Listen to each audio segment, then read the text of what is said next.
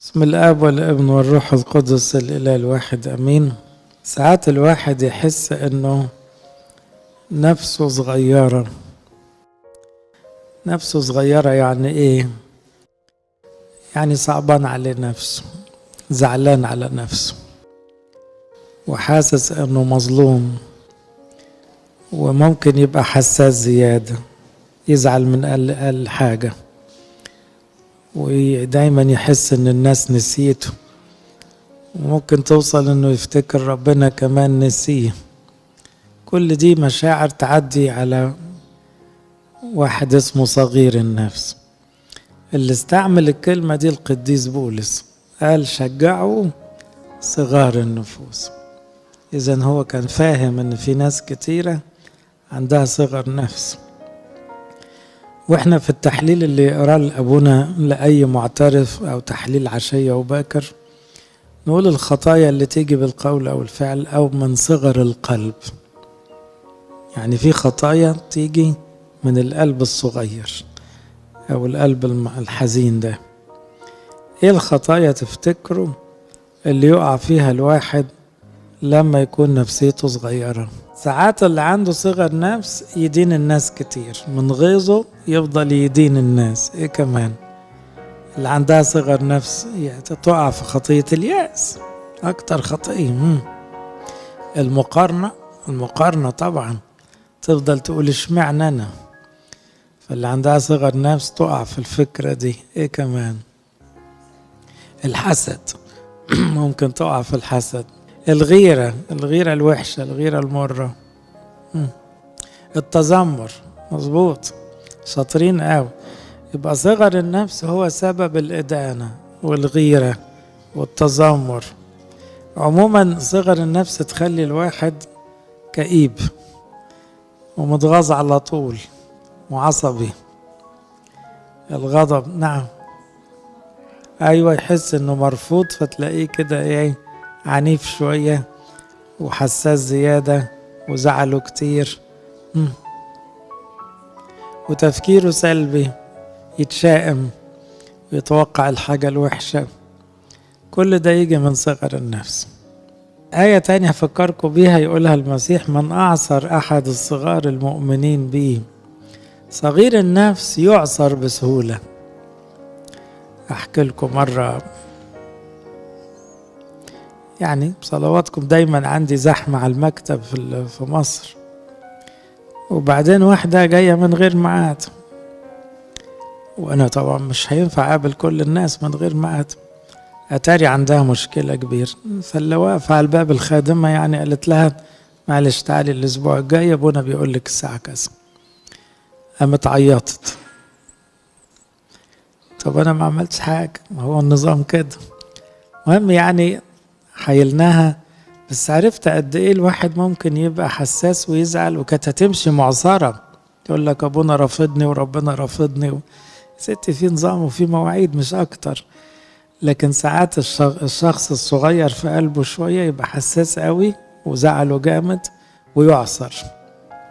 يوم ربنا يقول لنا لا، لو واحد فيكم أعصر حد حاسس بكده حسابه عسير، خير له لو طوق عنقه بحجر رحى وطرح في البحر من أن يعصر أحد هؤلاء الصغار. أولا صغر النفس ده بقى منتشر قوي، يعني للأسف مش بس مثلا حد يكون متجرب يجيله صغر نفس، قلة المحبة تخلي كل الناس طالعة عندها صغر نفس. الشخص عشان نفسيته تبقى مرتاحة لازم يبقى شبعان بالحب، حب الناس. طفل لما يشبع بالحب يطلع نفسيته حلو. ما يكون مش واخد حب يبقى عنده صغر نفس، فيطلع عدواني، عنيف، عصبي، متذمر، يغير، يحقد، يحسد، يتخانق. كل ده يطلع منه. الأمومة لما تكون مش كفاية، الأم تبقى مشغولة زيادة عن عيالها، تلاقي العيال برضو يطلع فيها كل العيوب دي. لما الناس النهاردة ما فيش صداقة حقيقية، ما بيسألوش على بعض، العيلة مفككة، كل ده يزود صغر النفس. من الأسباب كمان اللي يجيب صغر نفس النقد الكتير. يعني لما واحدة دايما يتقال لها انت خايبة، انت وحشة، انت ما بتفهميش، تطلع مهزوزة. وعندها صغر نفس. بينما أي حد يتقال له أنت كويس وأنت حلو وأنت يثق في نفسه. فهنا النقد كتير من الأسباب، التوبيخ بقى، الإهانات والحاجات دي. اللي زود صغر النفس في الزمن ده الحاجات بتاعت الفيسبوك بقى والكلام ده. الناس بتقعد تقارن بعضيها بالصور واللبس والهيصة والزينة والفلوس، فده يوجع قلبهم، يحسوا ان هم تعبانين والناس كلها مرتاحة، فدي خداعة. لكن ده بيزود للأسف صغر النفس. صغر النفس كمان يزيد من الخبرات السيئة. يعني لو حد تعرض لإهانة جديدة، لتحرش، لقسوة، لضرب، ده يطلع نفسيته مهزوزة وصغير في روحه كده. لو واحد بيثق في حد والشخص اللي بيثق فيه ده طلع أي كلام، انهارت القدوة قدامه، يجيله صغر نفس. يعني طفل يكتشف ان ابوه مش كويس، يتهز بقية عمره لانه عاوز يثق في ابوه مثلا، فدي توجع قلبه لما يطلع ابوه وحش. عموما الفراغ النفسي، لما واحد فاضي مش لاقي حد يكلمه يجيله صغر نفس. من الحاجات اللي مزودة صغر النفس السبق الوهمي. العيال كلها مستعجلة على الفلوس، الجيل اللي طالع ده الشباب كله بيجري وعاوز يجيب فلوس بأي طريقة، فيقع في غيرة وعينه تطلع من راسه كده، ازاي الناس دي جابت فلوس وانا ما جبتش. كل ده يزود صغر النفس. ايه اللي بيحصل جوه البني ادم لما يبقى عنده صغر نفس؟ كلنا عندنا على فكرة، عشان ما حدش يفتكر الكلام ده على حد بره، كلنا بيجيلنا الموضوع ده، وحتى القديسين بيعدي عليهم. اول شعور الواحد يحس انه ايه، وانا عايش ليه؟ مفيش معنى للحياة، مفيش حاجة ليها طعم، فيبتدي يستقرب الموت. من صغر النفس يبقى ايه، الموت قريب لدماغه كل شوية.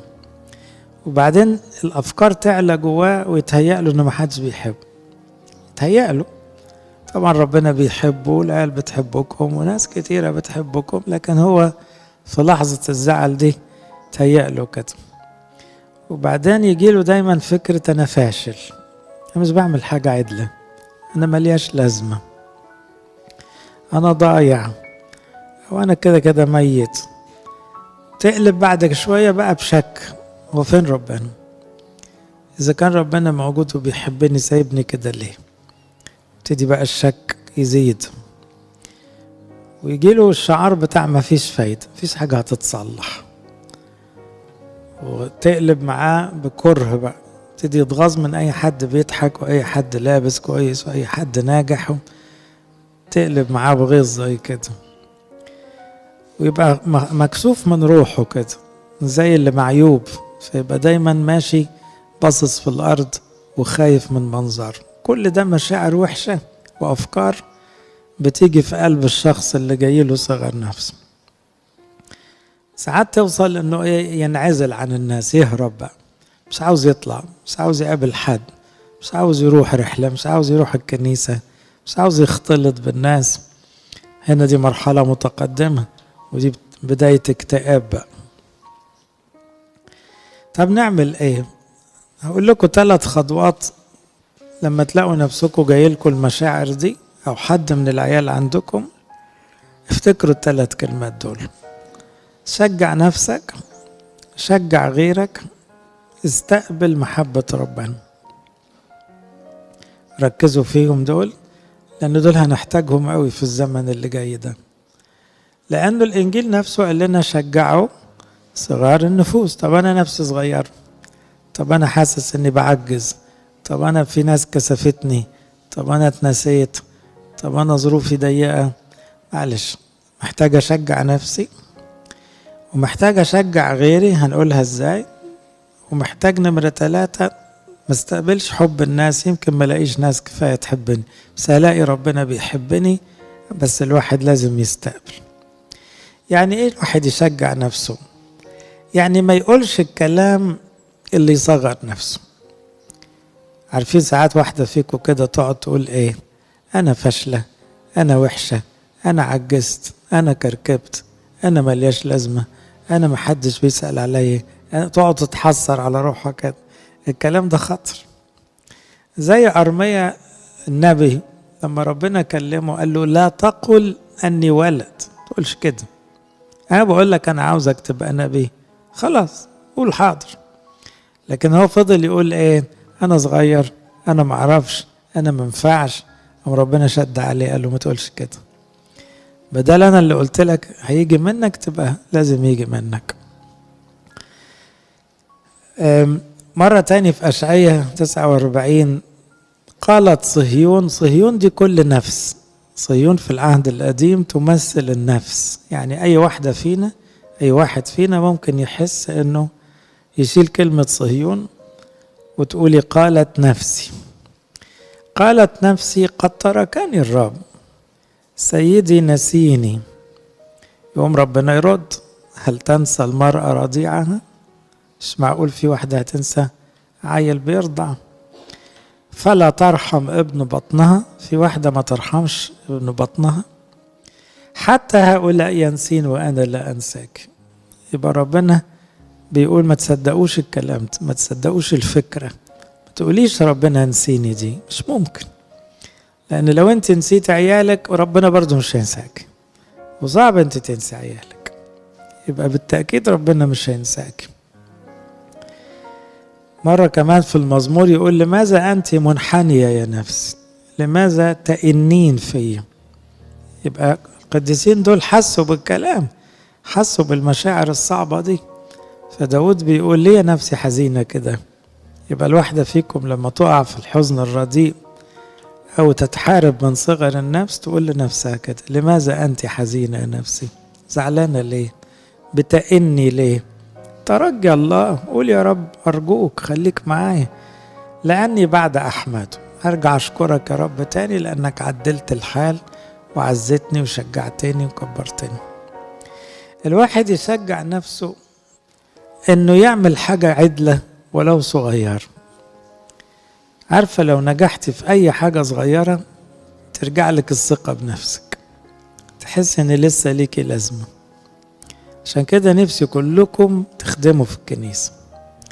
الخدمة غير ما بتخلينا نقرب من ربنا ونحوش في السماء، الخدمة ليها دور حلو قوي إنها تدي الواحد إحساس بالقيمة، إنه له لازمة، وإن في ناس مستفيدة منه، وإنه بيعمل حاجة لربنا. فهنا لما الواحد يعمل حاجة صغيرة يفرح.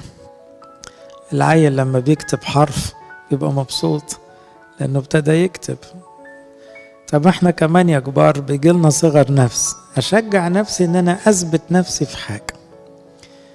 كان عندي ست طيبة كده، جوزها كان طول النهار يعني يبهدل فيها، طبعا كان يصعب عليها نفسها وتحس إنها ملهاش قيمة يعني وكرامة. فكانت تيجي تقول لي إيه، كل ما يبهدلني أطبخ حلو قوي والعيال تاكل كل الأكل، فحس إن أنا إيه، ست شاطر. فهو يبهدل زي ما يبهدل لكن أنا ست شاطر. فهي بتعالج روح، مجرد إنها تطبخ كويس متشجعة ولقيت روحها في حاجة. يبقى الواحد ممكن يشجع نفسه بحاجة صغيرة، مش لازم يعمل حاجة كبيرة. كمان عشان أشجع نفسي لازم أفضل أقول لنفسي ربنا بيحبني، بدل ما الشيطان يسبق في وداني ويقول ربنا نسيك، ما دي كذبة، ربنا ما بينساش حد. مش عاوز أصدق الشيطان، لازم أنا أرد على نفسي وأقول إيه، ربنا بيحبني. أو كمان أفتكر ناس تانية بتحبني، أقول عيالي بيحبوني. يبقى لما أفتكر اللي بيحبوني أتشجع. كمان ممكن أقول لنفسي إيه، هتعدي، أي مشكلة بتعدي، والأيام كلها بتعدي، وبكرة نوصل للسما. يبقى الواحد يفضل يقول لنفسه كلام إيجابي، كلام مريح. الشيطان يقول كلام سلبي، كلام يضايق، وإحنا نرد عليه بكلام حلو، كلام مشجع. الواحد يشجع روحه، لأنه مش هيمشي للناس يقول لهم شجعوني، مش هينفع. يبقى لازم الواحد يشجع نفسه. كمان أشجع نفسي أقاوم الأفكار الوحش، فكرة أنا ملياش لازمة، فكرة يعني خلص دوري، الكلام ده لازم اطرده من دماغي. اشجع نفسي كمان افتكر حاجات حلوة في حياتي. اي حاجة حلوة في حياتي لما افتكرها تشجع. كان عندي راجل فقد مراته يعني بدري شوي، وبعدين ما كانش جاب عيال، وقال عاوز اخدم ربنا مش هتجوز تاني. بس كان بيتحارب انه ايه ممكن يقعد بالايام محدش يسأل عليه، فاحساس الوحدة صعب. فلقيته من الحاجات اللي بتشجعه ايه، عنده ألبوم صور كده، يقعد يفتح الألبوم ويتفرج على ذكرياته وهو شاب صغير وهو ايه مع مراته، يعني كان يروحوا فسحة ولا حاجة، فالذكريات الحلوة بتهديه شوية. يبقى الواحد بيتشجع بأي حاجة حلوة يفتكر. يبقى هنا اللي بيشجع غيره بيبقى مشجع نفسه، بيغلب وجعه، بيطلع من زعله. لكن اللي يستسلم للزعل ويقعد يتحسر على نفسه زعله يزيد ما يفكش. لازم تدوري على حاجة حلوة تعمليها، كلمة حلوة تقوليها لنفسك وتقوليها للي حواليك. يبقى لما نسأل على بعض ونشارك بعض الفرح يزيد والسلام يرجع. اللي معاه موبايل ساعات تبعت رسالة مشجعة، يعني وانتوا بتكتبوا رسائل فكري كده بعتي كام رسالة تشكي أو تحكي أو تشجعي. هتلاقي في رسائل بتحكي وفي رسائل بتشكي، الاتنين دول ما يريحوش. الرسالة الوحيدة اللي تبعتيها وقلبك يرتاح لما تشجعي. تشجيع سهل، تقولي ربنا معاكي، تقول ربنا يبارك لك، وتدعي أي دعوة أو تحط أي آية، يبقى أنا عملت حاجة حلوة. في تشجيع الناس كمان قلنا الواحد بيطلع من صغر النفس بتشجيع النفس، أشجع نفسي، أشجع اللي حواليا. ثالث حاجة أساسية أستقبل الحب الإلهي. يعني إيه؟ هو ربنا بيحبنا وبيحبنا أكتر ما نتخيل، إنما في فرق بين إن ربنا يحبنا وإن أنا استقبل الحب ده. مشكلة مش في ربنا، المشكلة فينا مش بنستقبل. وده ساعات يحصل حتى مع عيالنا، تبقى انت بتحبي عيالك جدا بس عشان انت جديدة شوية لا مش بتحضني عيالك ولا بتقولي كلمة حلوة وتقعدي تزعقي طول النهار. فتلاقي ابنك في يوم من الأيام بيقولك انت مش بتحبيني. نهار اسود، مش بتحبيني ازاي وانا ما بحبش في الدنيا قدك؟ انما هي مش واصلة ليه؟ الولد ما استقبلهاش، انت بتحبيه بس طريقتك ما وصلتش. ربنا الحقيقة بيحبنا جدا وطريقته سليمة بس احنا مش بنستقبل. يعني ربنا بيقدم رسائل حب بس احنا مش بتوصل لنا. من اكتر الحاجات اللي تخلي الواحد يستقبل حب ربنا الانجيل.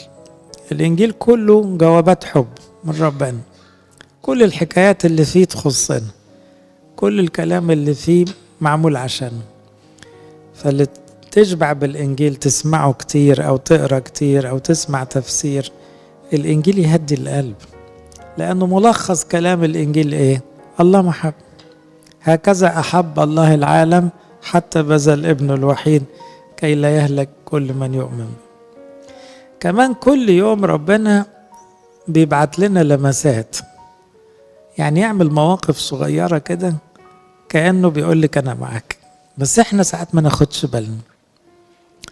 يعني تكوني عايلة هم مشوار وتلاقيه تقضى بسهولة، طب ده معناته ايه؟ ان ربنا معاك. يبقى مستنية حاجة تحصل تلاقيها تحصل احسن من اللي انت استنيتيه كمان، طب ده معناته ايه؟ دي لمسات. لو انت مركزة هتلاقي ربنا عمال يطبطب عليكي وطيب خاطرك بلمسات طول اليوم، بس عاوزة تركيز. أيوب لما كان حزين قوي على عياله قال آية جميلة قوي، قال يمر بي فلا أراه، يجتاز فلا أشعر به. الحزن بيعمل ايه؟ بيعمي، بيخلي الواحد مش شايف، فيبقى ربنا قريب قوي والواحد مش شايف. ونقول فين ربنا؟ فين ربنا؟ ده الشمس اهو طالعه في ربنا، بس الواحد من الزعل ما يشوفش. لكن لو فتح عينيه وركز هياخد باله ان ربنا محوطه ومطبطب عليه ومشجعه وفي لمسات كتير. كمان لما كنت تعبان ابص دايما على الصليب. الصليب ده بيقول حاجة مهمة قوي، ان الواحد فينا غالي، لان ربنا اللي خلق الدنيا دي كلها صلب عشاني وعشانك. ابن الله الذي احبني وسلم نفسه لاجلي، ده تعبير قاله قديس بولس. يعني ربنا بيحبني لدرجة كده. طب خلاص، الذي لم يشفق على ابنه الوحيد بل بذله لأجلنا كيف لا يهبنا معه كل شيء. يبقى لو الواحد فينا ركز على الصليب يرتاح قلبه، يهدى.